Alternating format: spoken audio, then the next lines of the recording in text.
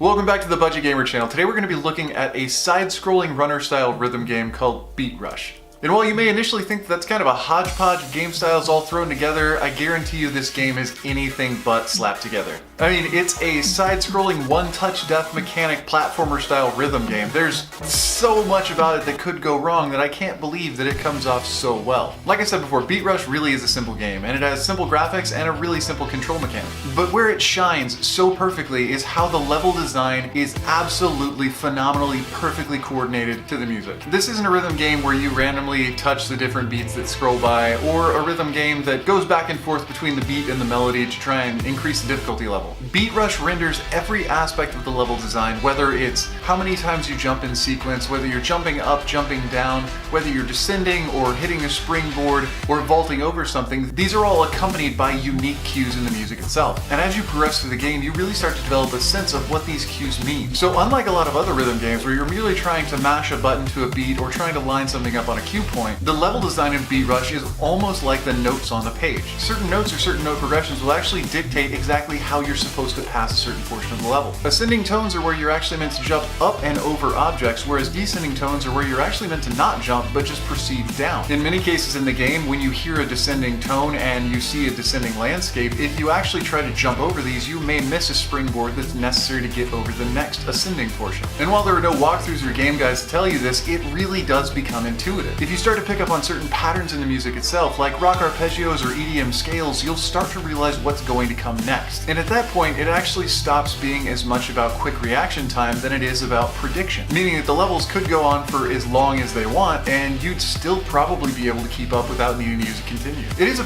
pretty incredible game mechanic, and I can't believe the amount of effort it must have taken to match the game's playing with the game's music so well. When I first queued up Beat Rush and got past the opening screen, I saw that initial notification of a daily login bonus, and that honestly made me take a step back, because that's something that's just a little too mobile, and it honestly made me lose a little bit of confidence in the game. But as I played through the game and realized how expensive continues can get the further you get into the level, those daily login bonuses actually started to make a lot of sense. Of course, if you're really good at the game, you won't have to rely on login bonuses or daily challenge cash awards, but someone who's new to the game or new to the genre in general might actually come to rely on that heavily. So yeah, while it initially looked like the company was trying to incentivize players like a mobile game, but after a few hours of gameplay, it actually looked like the developers were trying to invest in their players, not pay them off. And I think that that's really cool, because honestly, I'm not great at these kind of games, but I do want to unlock these characters and I do want to keep playing. So having daily missions as well as daily login bonuses is something that's gonna make me want to come back and keep playing. Honestly, Beat Rush is a really simple game, and if you just consider side-scroller, runner style, and rhythm game, you're probably already gonna know everything about it. But that doesn't do justice to the feeling of playing a game that was so well designed. A game that you can die over and over and over again, and yes, I've gone over 100 attempts at a single level in this game already, and you still want to come back and play more. That right there is the mark of a good game. And for a casual rhythm game or a casual anything game, I think if you can die hundreds of times and want to come back and play more,